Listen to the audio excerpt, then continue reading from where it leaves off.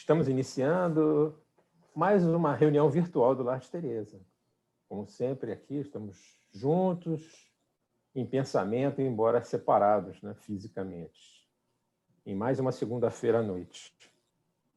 Damos as boas-vindas a todos os nossos participantes, nossos seguidores aqui. Nós já temos hoje conosco o responsável pelo tema de hoje, nosso querido Gilmar. Eu queria cumprimentar o Gilmar e pedir a ele para que ele faça as saudações iniciais para nós. Olá, Ricardo, como vai? Tudo bem? Prazer é todo meu de estar aqui com vocês, compartilhando esses momentos bem significativos, tanto para mim quanto para todos aqui que possam estar ouvindo, aprendendo conosco. Que bom, Gilmar, que bom. Vamos então iniciar hoje, como sempre, por a nossa página inicial, que tem o título Em Plena Prova. A nossa página inicial diz o seguinte: aguardas a melhora que parece tardia, suspiras em vão pelo amigo ideal, anseias inutilmente pela concórdia doméstica, clamas debalde pelo socorro em serviço. Todavia, mesmo nos transes mais duros, espera com paciência. Ontem devastamos lares alheios, hoje é preciso reconstruí-los. Ontem traçamos caminhos de lodo e sombra aos pés dos outros, hoje é preciso purificá-los. Ontem retínhamos sem proveito a fortuna de todos, hoje é preciso devolvê-la em trabalho acrescida de juros. Ontem cultivamos aversões, hoje é preciso desfazê-las a preço de sacrifício. Ontem abraçamos o crime, supondo preservar-nos e defender-nos. Hoje é preciso reparar e solver. Ontem cravamos no próximo o espinho do sofrimento. Hoje é preciso experimentá-lo por nossa vez. Se sobes Calvário agreste, irriga em suor e pranto a senda para o futuro. Qual ocorre ao enfermo que solicita assistência adequada antes da consulta, imploraste antes do berço a prova que te agracia. Aspirando a sanar as chagas do pretérito, comissionaste o próprio destino para que te entregasse a existência, o problema inquietante e a frustração temporária, o embaraço imprevisto e a trama da obsessão, o parente amargoso e a doença difícil. Não atraiçoes a ti mesmo, fugindo ao merecimento da concessão. Milhares de companheiros desenleados da carne suplicam o ensejo que já desfrutas. Mergulhados na dor maior, tudo dariam para obter a dor menor em que te refazes. Desse modo, quando estiveres em oração, sorvendo a taça da angústia na sentença que indicaste a ti próprio diante das leis divinas, roga a bênção da saúde e a riqueza da paz, a luz da consolação e o favor da alegria, mas pede a Deus, acima de tudo, o apoio da humanidade e a força da paciência. É uma página de Emmanuel do livro Religião dos Espíritos, psicografia de Francisco Cândido Xavier. Então, envolvidos pelas palavras dessa página, vamos fazer a nossa prece inicial, para nos prepararmos para o tema de hoje.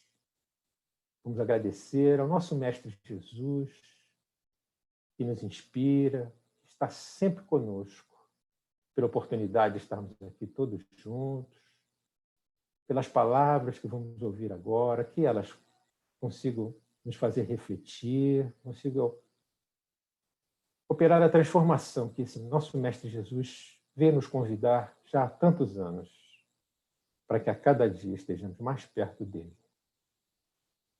Em nome de nossos benfeitores, dos benfeitores da nossa casa em particular, em nome desse Mestre Jesus, mas sobretudo em nome de Deus, é que nós pedimos agora para iniciarmos a nossa reunião de hoje. Que assim possa ser, graças a Deus.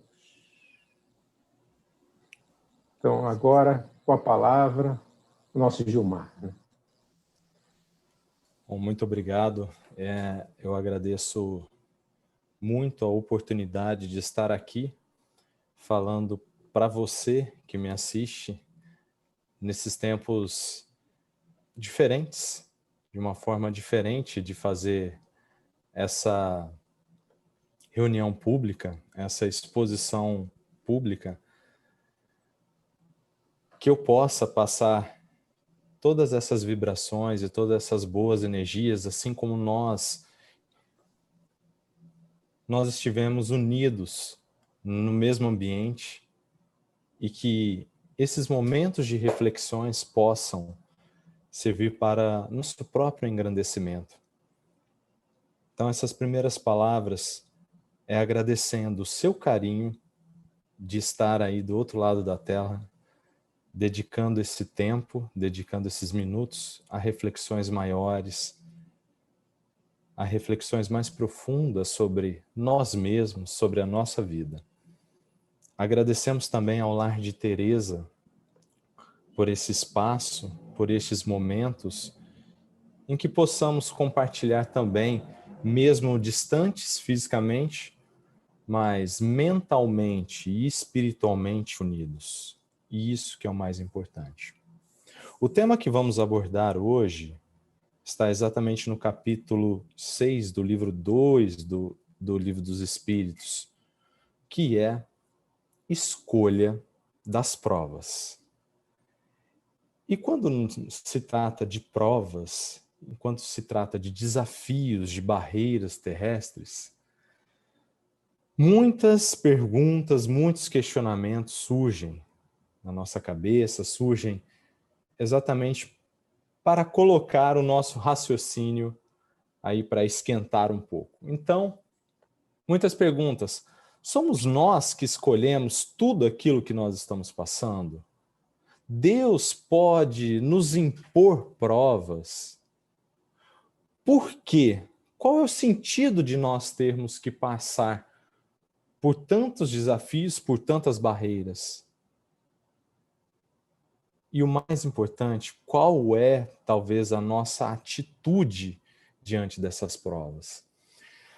São muitas questões, são muitos itens que podemos aqui elencar, e eu gostaria de começar aqui com uma história bem significativa com essa questão do tema de hoje, que é prova. Foi um caso que aconteceu com Chico Xavier. Chico Xavier com seu amigo Jerônimo Mendonça. Jerônimo Mendonça também foi um grande expoente do espiritismo, tinha muitas doenças, tinha muitos transtornos. Foi realmente um grande espírito que passou por grandes provas aqui nessa existência. E os dois foram grandes amigos. Jerônimo Mendonça tinha grandes problemas de saúde, muitos problemas de saúde. E teve uma situação em que ele teve uma hemorragia. Ele morava em Ituiutaba, e o Chico, na época, já morava em Uberaba, alguns quilômetros aí de distância. E o Jerônimo Mendonça teve uma hemorragia muito complexa, e os médicos que cuidavam dele já diziam: olha, ele vai desencarnar. Realmente essa hemorragia está muito difícil, está muito complexa e não tem nada o que nós podemos fazer. Então, como Jerônimo gostava bastante do Chico Xavier, um dos últimos pedidos deles foi exatamente de ver Chico Xavier nessas últimas horas, nesses últimos momentos, antes mesmo dele desencarnar por conta daquela hemorragia. E disse que ele foi preparado, né? Foi limpo, tudo mais, colocaram ele foi deitado, né? Foi até amigos que tinham um avião na época, que levaram até Uberaba. E ele chegou num lençol que antes era todo branquinho, chegou todo vermelho lá para encontrar Chico Xavier em Uberaba. Chegou até o local, né, até o centro onde que Chico Xavier fazia o seu atendimento e não encontrou Chico. Chico não estava lá. Era o dia que o Chico saía para exatamente dar a caridade, fazer a caridade com os mais necessitados, né? Então o Chico andava bastante na comunidade ali de Uberaba, oferecendo roupas, apoio material, e era exatamente esse dia. E o Chico foi encontrar o Jerônimo à noite, quando Chico voltou ao seu local, né? Voltou ao local, encontrou o Jerônimo e encontrou ele todinho vermelho, ali deitado, todinho vermelho, já nos últimos momentos antes de desencarnar. E aí foi que Chico falou para todos os que estavam em volta, falaram assim: olha só o nosso amigo Jerônimo, parece uma flor, uma rosa vermelha. Então vamos cada um dar um pouquinho da nossa energia, dar um pouquinho dessa nossa energia para ele, dando um beijinho na mão dele, mas com muito cuidado para essa rosa não despetalar, para a gente ver como que é a sensibilidade de Chico Xavier, né? E aí, as pessoas que trabalhavam ali com Chico, cada um foi passando, dando seu cumprimento, dando seu beijo na mão do Jerônimo, e aí chegou a vez de Chico Xavier. Chico Xavier colocou a mão sobre o peito do Jerônimo, e relatos do próprio Jerônimo disse que uma carga, que uma energia imensa passou pelo corpo dele.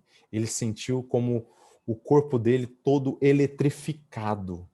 Imagine o tamanho, imagine a magnitude daquele passe que o próprio Chico Xavier estava dando para o Jerônimo. E foi naquele momento que o Jerônimo se curou. O Jerônimo, a hemorragia que estava no Jerônimo acabou e ele próprio sentiu esses benefícios. E aí que veio o grande ensinamento. Chico olhou para ele e falou assim: tadinho, Jerônimo, coitadinho de você, né? E ele falou exatamente nessas palavras. Eu me permito ler ipsis literis o que ele falou, porque é muito significativo. Foi porque você aceitou o coitadinho do Jerônimo, coitadinho, você desenvolveu a autopiedade. Começou a ter dó de você mesmo. Isso gerou um processo destrutivo. O seu pensamento negativo, fluidicamente, interferiu no seu corpo físico, gerando a lesão, gerando a hemorragia. Doravante, Jerônimo, vença o coitadinho. Tenha bom ânimo, alegre-se, cante, brinque, para que os outros não sintam piedade de você. Se nós podemos dizer aqui a nossa primeira reflexão sobre provas, as provas, os desafios pelos quais passamos, é quando nós temos o sentimento deletério chamado coitadinho, tadinho. É o pior sentimento que nós podemos ter por alguém, olhar a situação de uma pessoa e falar coitado. Pior ainda é quando nós mesmos aceitamos esse discurso. Coitado de mim. Realmente, eu sou um coitado. Porque aí nós descambamos para as teias invisíveis e complexas do vitimismo. E o vitimismo é uma questão tão complexa, tão importante de ser abordada, porque aquele que se sente coitado, aquele que está na posição de vítima, naturalmente busca um algoz, naturalmente busca um carrasco. A vida é assim comigo. Essas circunstâncias da minha vida, a minha vida é realmente muito difícil. O quanto que eu sofro nessa vida. Nós colocamos a culpa nas circunstâncias, nós colocamos a culpa na natureza. Talvez em muitas situações nós colocamos até a mesma culpa em Deus. E quantas vezes nós, espíritas,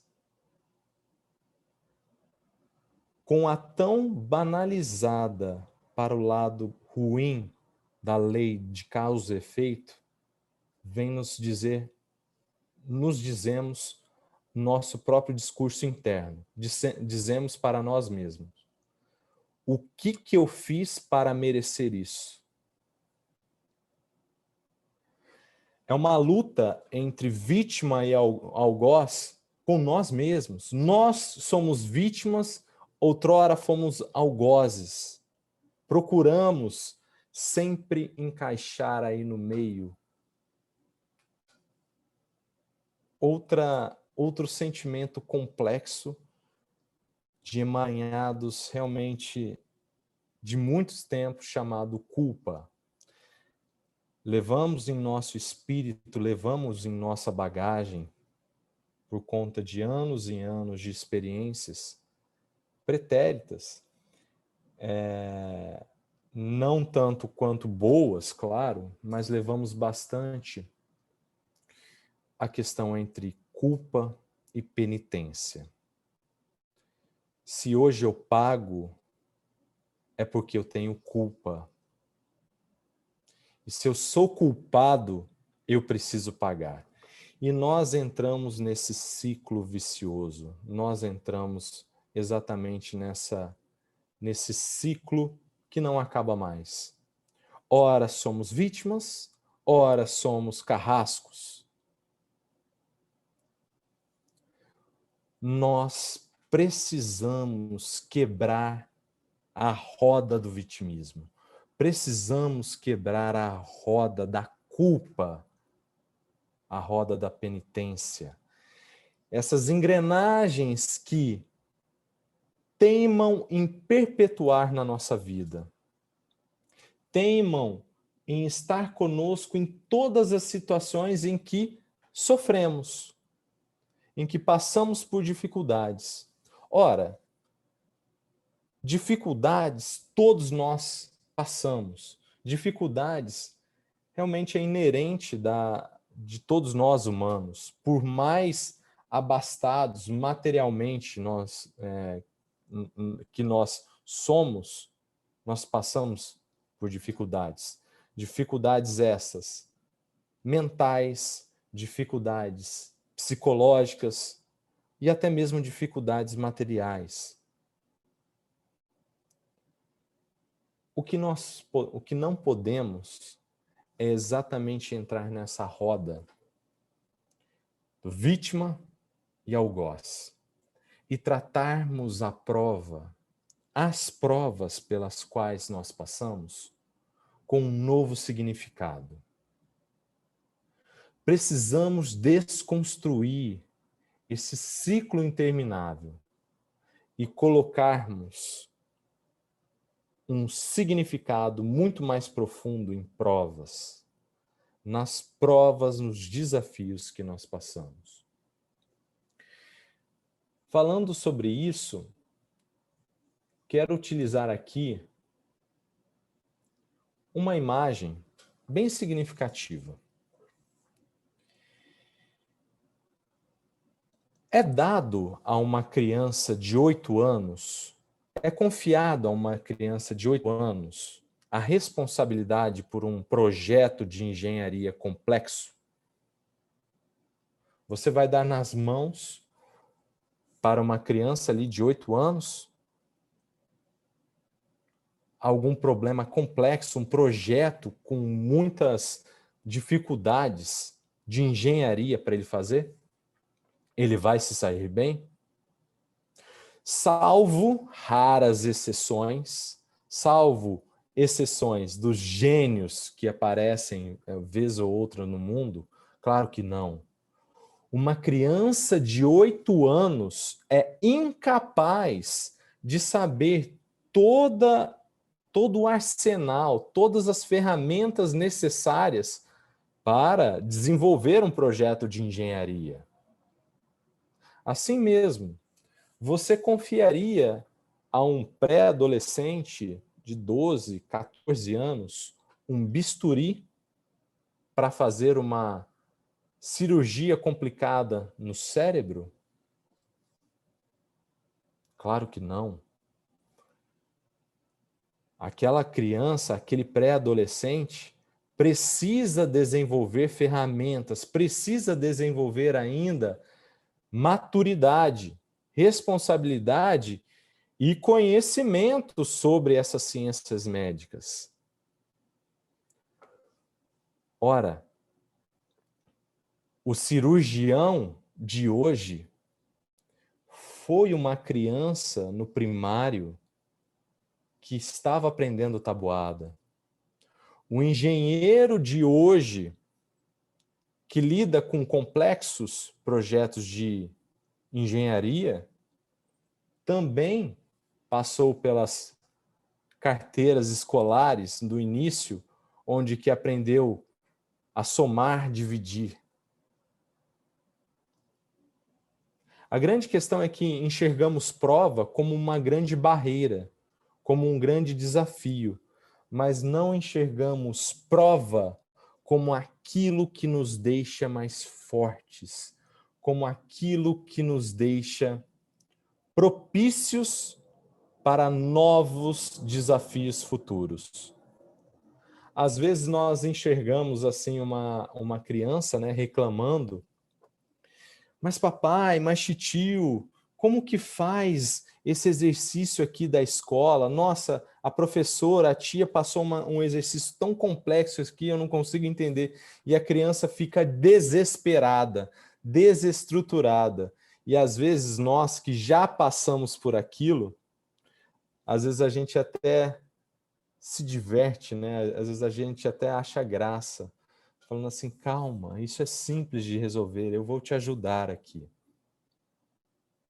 É que a grande questão, em cada idade, tem a sua dificuldade, tem o seu nível de complexidade. Porque hoje, mesmo adulto, hoje, mesmo sofrido por muitos anos, nós ainda choramos, nós ainda lamuriamos, lamentamos por coisas pequenininhas, por tabuadas que a gente ainda não entende,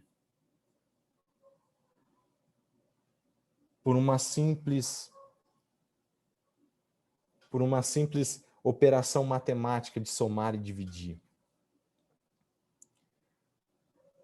Problemas interpessoais, problemas no trabalho, e por aí vai. Os problemas ficaram complexos. Sim, ficaram complexos porque nós subimos essa escadinha da escola.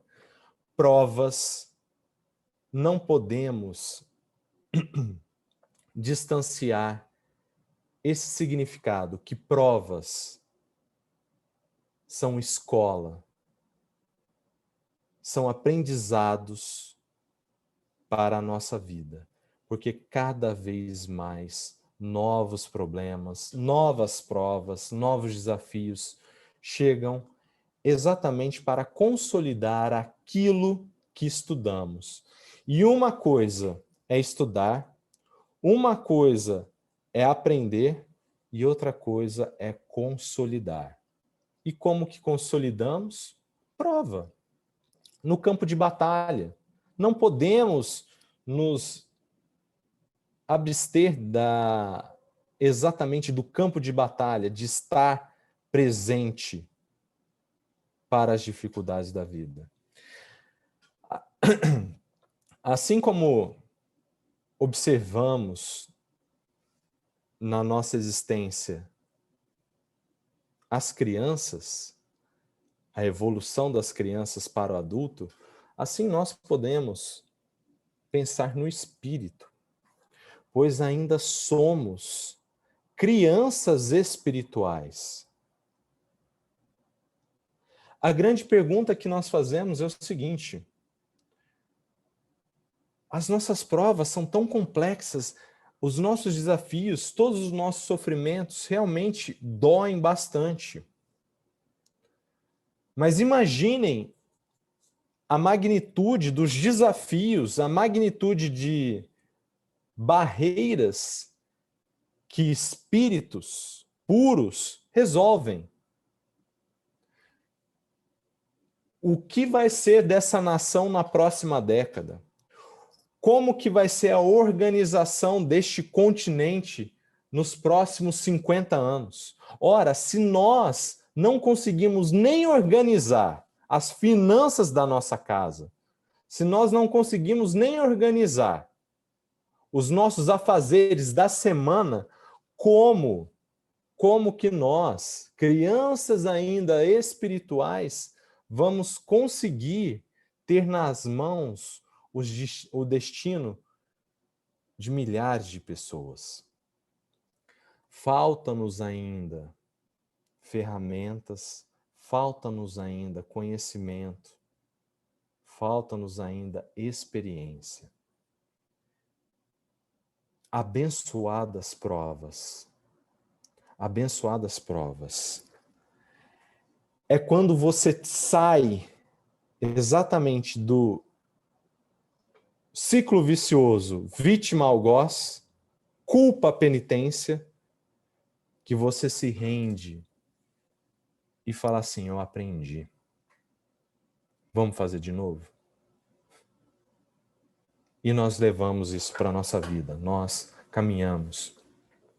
E utilizando exatamente essa figura das provas na nossa vida, da escola, enquanto evolução, enquanto consolidação de conhecimentos e experiências, problemas cada vez mais complexos, podemos também figurar como que nós colocamos a prova nessa existência, que é exatamente as perguntas pelas quais Kardec colocou aqui, a partir da 258 do Livro dos Espíritos.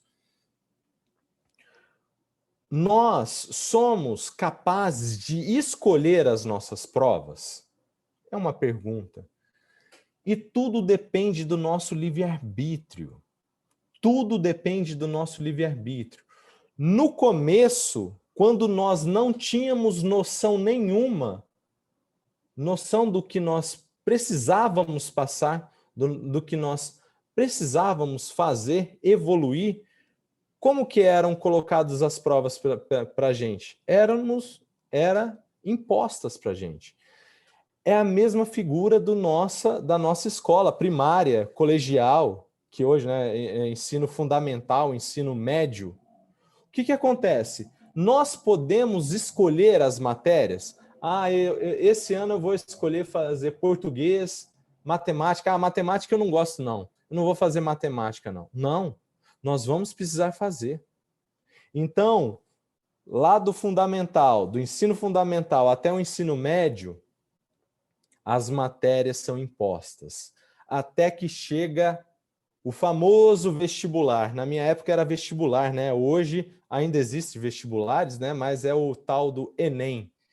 Qual é o Enem espiritual? Chegou o Enem espiritual. É onde que você teve a maturidade para você começar a escolher as suas matérias. Então é o seguinte, você entra na faculdade, você vai lá cursar administração, direito, engenharia, medicina, tudo mais.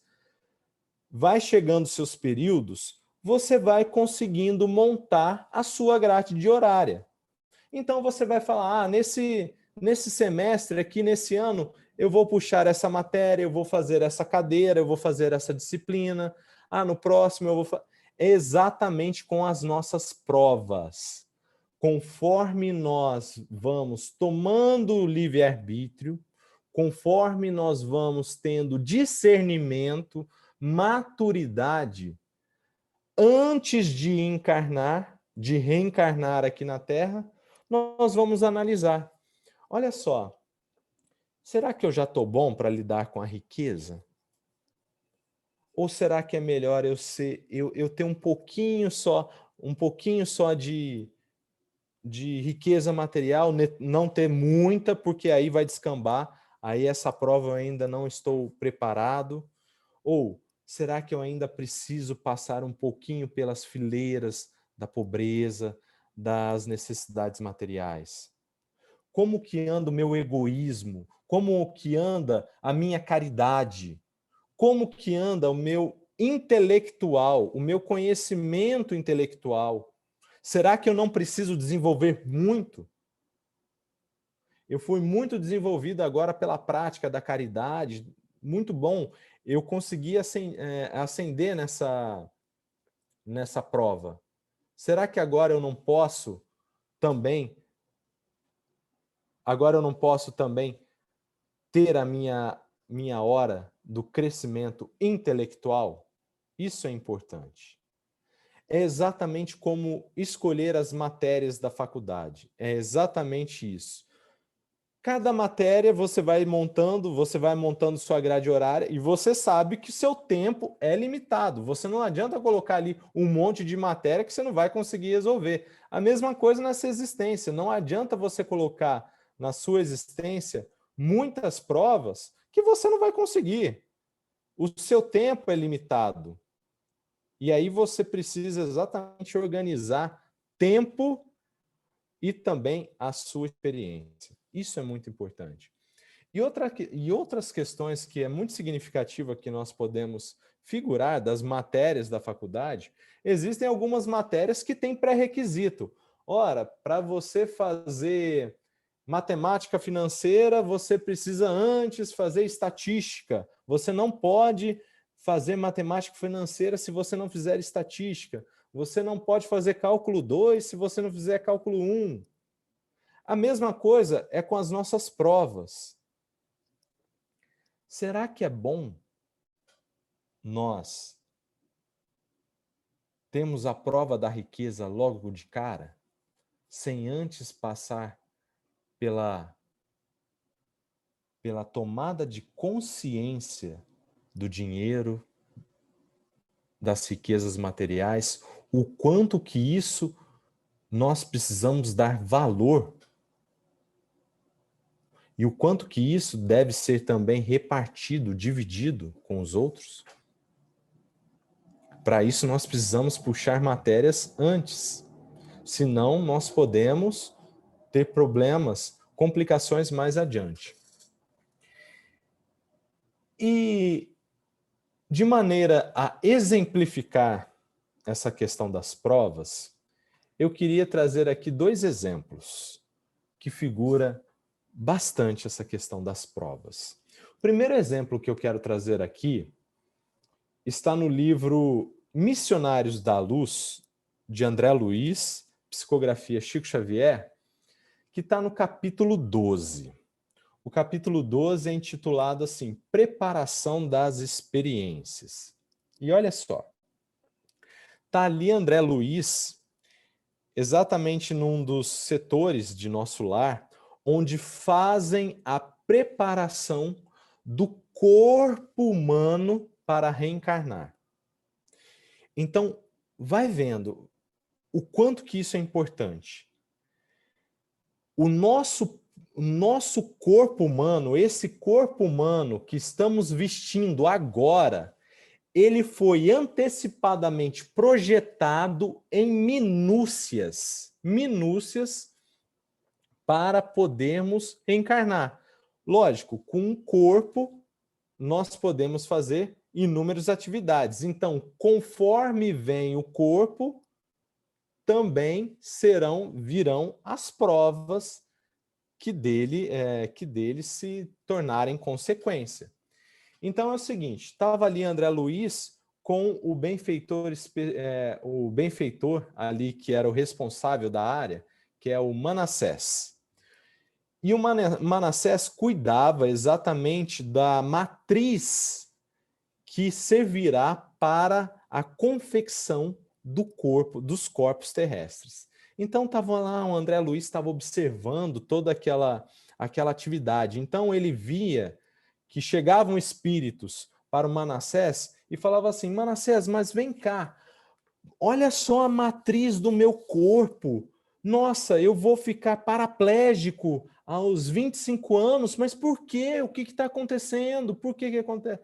Aí o Manassés vai explicar: olha só, nas suas vidas passadas, você não usou muito bem as suas pernas, você fez isso ou aquilo com a perna dos outros. E aí chegava outro espírito e falava assim: mas Manassés, olha só, eu vou contrair essa doença e essa doença vai me desfigurar, mas por quê? Ah, mas você lembra na sua vida passada? Então, ele fazia exatamente esse intercâmbio, esse projeto do corpo dos espíritos, né, que viriam reencarnar. E o que foi mais interessante foi de uma moça, foi de um espírito que se apresentou, que iria reencarnar em um corpo de mulher e chegou para ele a seguinte: Manassés, eu quero pedir a sua intercessão para a gente modificar algumas coisas do meu corpo. Aí o Manassés, pois não. Ele pegou a matriz energética, a matriz ali do corpo, que viria ser o corpo da mulher, né, que iria reencarnar, e falou assim: mas eu estou vendo aqui o seu corpo tá tranquilo, tá perfeito. Aí a mulher falou assim: é por causa disso mesmo que eu estou vindo aqui. É porque o meu corpo está perfeito. É porque o meu corpo não tem nenhuma imperfeição. Eu estou muito bonita, eu vi o meu corpo e eu não estou preparada para a beleza que este corpo está trazendo. Então eu tirei exatamente aqui o trecho do livro Missionários da Luz, né? Exatamente esse trecho. Olha o que a mulher fala: para que eu tenha mais probabilidade de êxito em meu favor na tarefa que me proponho desempenhar, estimaria que a tireoide e as paratireoides não estivessem não estivessem tão perfeitamente delineadas. Ou seja, essa mulher que viria a reencarnar iria ter problemas na tireoide. E você, que é uma mulher que está me ouvindo, sabe muito bem o que pode ser um problema na tireoide, que realmente traz muitos malefícios para a mulher, traz muitas dificuldades para a mulher. E ela vem completar: prefiro a fealdade corpórea, não estou interessada num corpo de Vênus, e sim na redenção de meu espírito para a eternidade. A mulher preferiu ser feia, ter um corpo mais imperfeito, para que ela tenha a redenção do espírito na eternidade. E o quanto que nós reclamamos das nossas doenças. O quanto que nós reclamamos. Nossa tireoide está assim. As nossas dores. Olha a maturidade desse espírito. E para concluirmos a exposição de hoje, vou trazer o segundo exemplo aqui, que é muito significativo para todos nós, que está presente na codificação, que é o exemplo da Condessa Paula.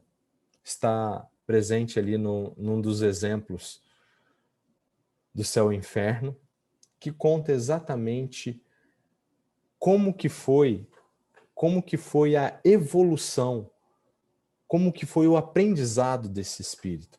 Condessa Paula, a última encarnação desse espírito que nós temos ciência, foi uma mulher muito rica, foi uma condessa muito rica e muito bondosa. muito bondosa. Ela realmente fazia a verdadeira caridade. E a verdadeira caridade era aquela silenciosa. Até mesmo Kardec disse isso. A caridade silenciosa. Uma mulher que tinha todos os atributos materiais possíveis que o conforto poderia dar e desceu para ajudar os mais necessitados. Estava presente. Ela não pagava para os outros fazerem caridade, não. Ela mesma saía do conforto do lar e ia ver os pobres. E ela trouxe um significado muito especial, ela trouxe um aprendizado muito especial que eu vou até ler também aqui. Não foi sem lutas que cheguei ao lugar que ocupo na vida espiritual. Crede que minha última existência, por mais meritória que vos pareça, não teria bastado para isso. Durante várias existências, passei pelas provas do trabalho e da miséria, que escolhera voluntariamente para fortalecer e purificar minha alma. Olhe a maturidade que um espírito chega. Quando você fala assim para suas provas, é para me fortalecer e é para me purificar. Passou do estágio de culpa, passou do estágio de vitimismo, penitência, essa coisa está me martirizando. Não, as provas estão me fortalecendo e purificando.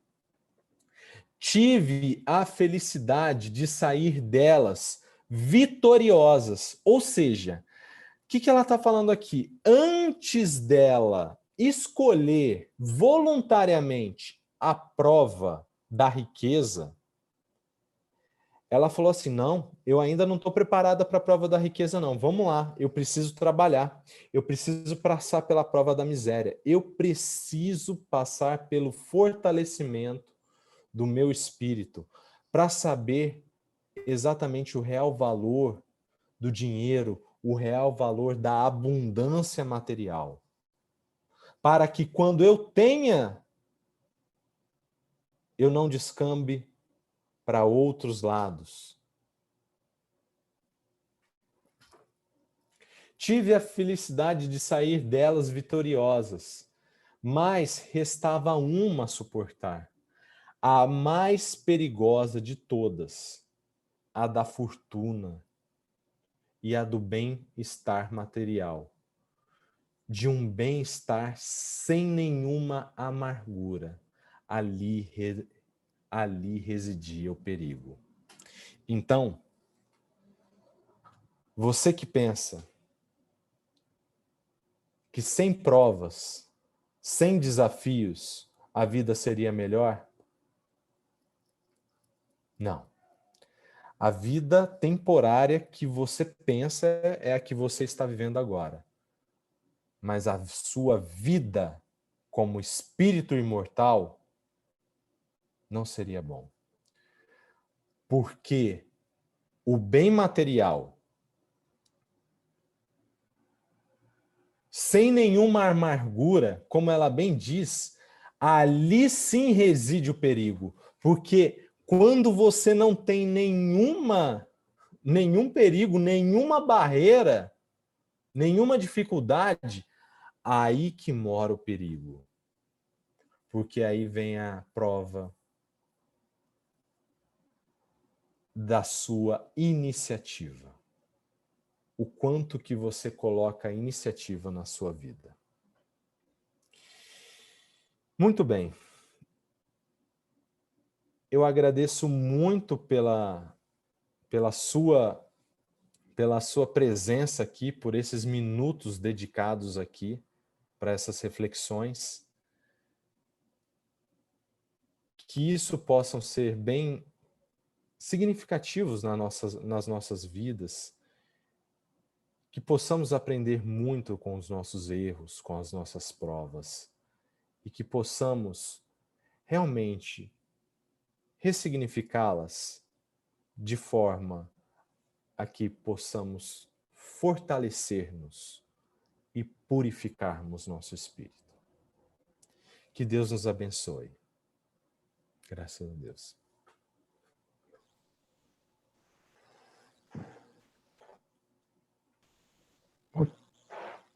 Bom, Gilmar, agradecemos muito por essas reflexões tão felizes sobre os motivos das nossas provas e de muitas vezes, tantas dificuldades que nós temos, em especial esse momento, né, pelo qual nós temos uma prova quase planetária, que é essa pandemia.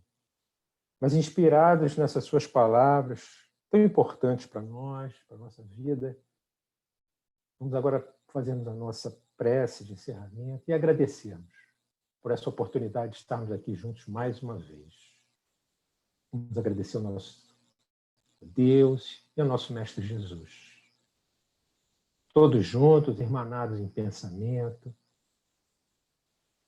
Agradecemos, Mestre querido, por essa oportunidade de reflexão, esses ensinamentos que nos são tão importantes, Mestre. Que nós consigamos entender que, como disse o nosso companheiro, que as dificuldades na nossa vida são oportunidades que nós temos de crescimento.